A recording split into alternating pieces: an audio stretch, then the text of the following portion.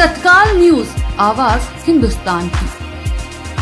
प्रदेश सरकार के कैबिनेट मंत्री व सुबह सपा अध्यक्ष ओम प्रकाश राजभर आजमगढ़ पहुंचे। मीडिया से बातचीत में उन्होंने कहा, मुसलमान व उनके नेता सपा के गुलाम हैं। ये लोग हक, शिक्षा, स्वास्थ्य, अमन चैन की बात नहीं करते हैं, बल्कि हमेशा नफरत की बात करते हैं। जबकि मुसलमान मानता है कि मोहम्मद साहब का पैगाम है भाईचारा करना, लेकिन सपा, बसपा और कांग्रेस नफरत सिखाने का काम करती है। भाजपा के विधायक, पुलिस और राजस्व के अधिकारियों पर हमला कर रहे सवाल पर राजभर ने कहा, छिटपुट घटनाएं अगर हो रही हैं तो हम इसकी निंदा करते हैं, ऐसा नहीं करना चाहिए। ओम प्रकाश राजभर पार्टी संगठन के पदाधिकारी के घर रात में निधन पर सांत्वना देने पहुंचे थे। सपा पर निशाना साधते हुए राजभर ने कहा, प्रदेश में 4 बार की सपा सरकार में 800 दंगे हुए।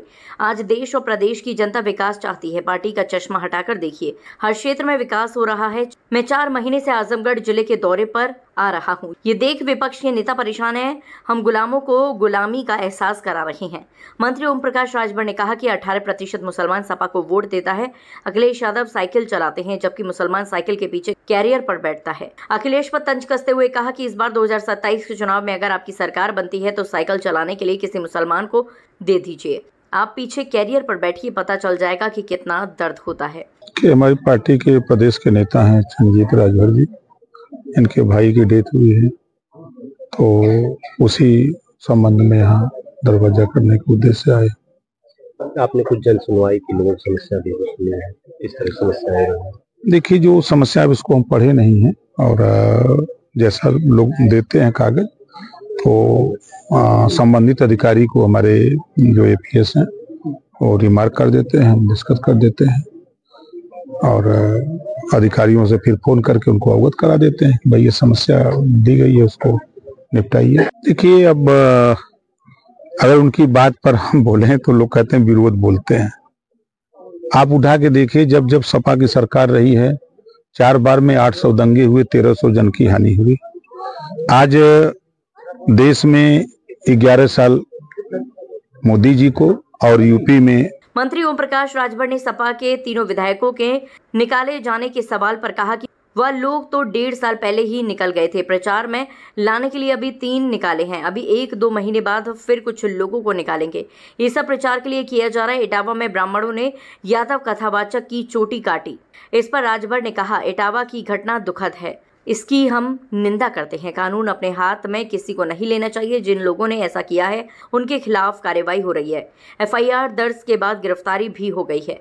अन्य की तलाश में दबिश दी जा रही है। भाई देखिए, ये तो 1.5 साल पहले निकल गए, ये सब लोग जान रहे हैं, तो कौन नया काम कर दिए हैं?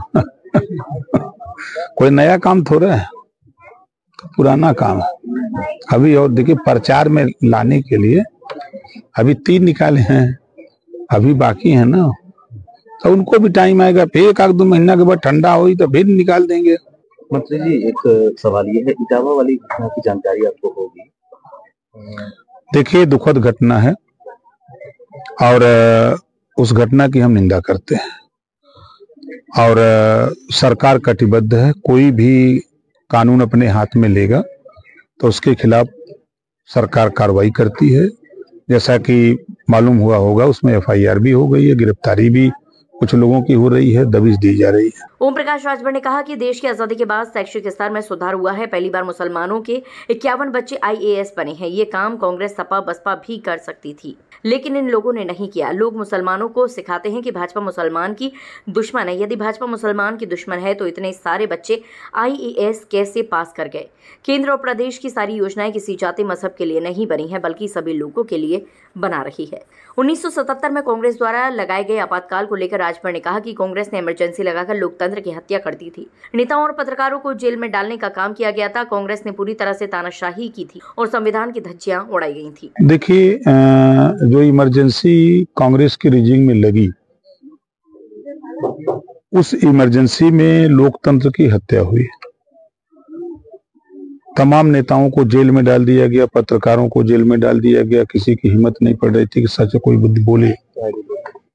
उस बात की जानकारी आम लोगों को, जो नई पीढ़ी है उसको नहीं है, तो उसको भी इस बात की जानकारी होनी चाहिए कि कांग्रेस ने किस तरह की डिक्टेटरशिप अपनाई थी, इमरजेंसी लगा करके उन्होंने क्या किया। इसकी जानकारी लोगों तक होनी चाहिए।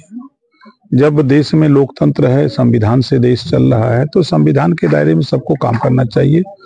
और संविधान की धज्जी उड़ाएंगे तो भाई अच्छा कदम नहीं है।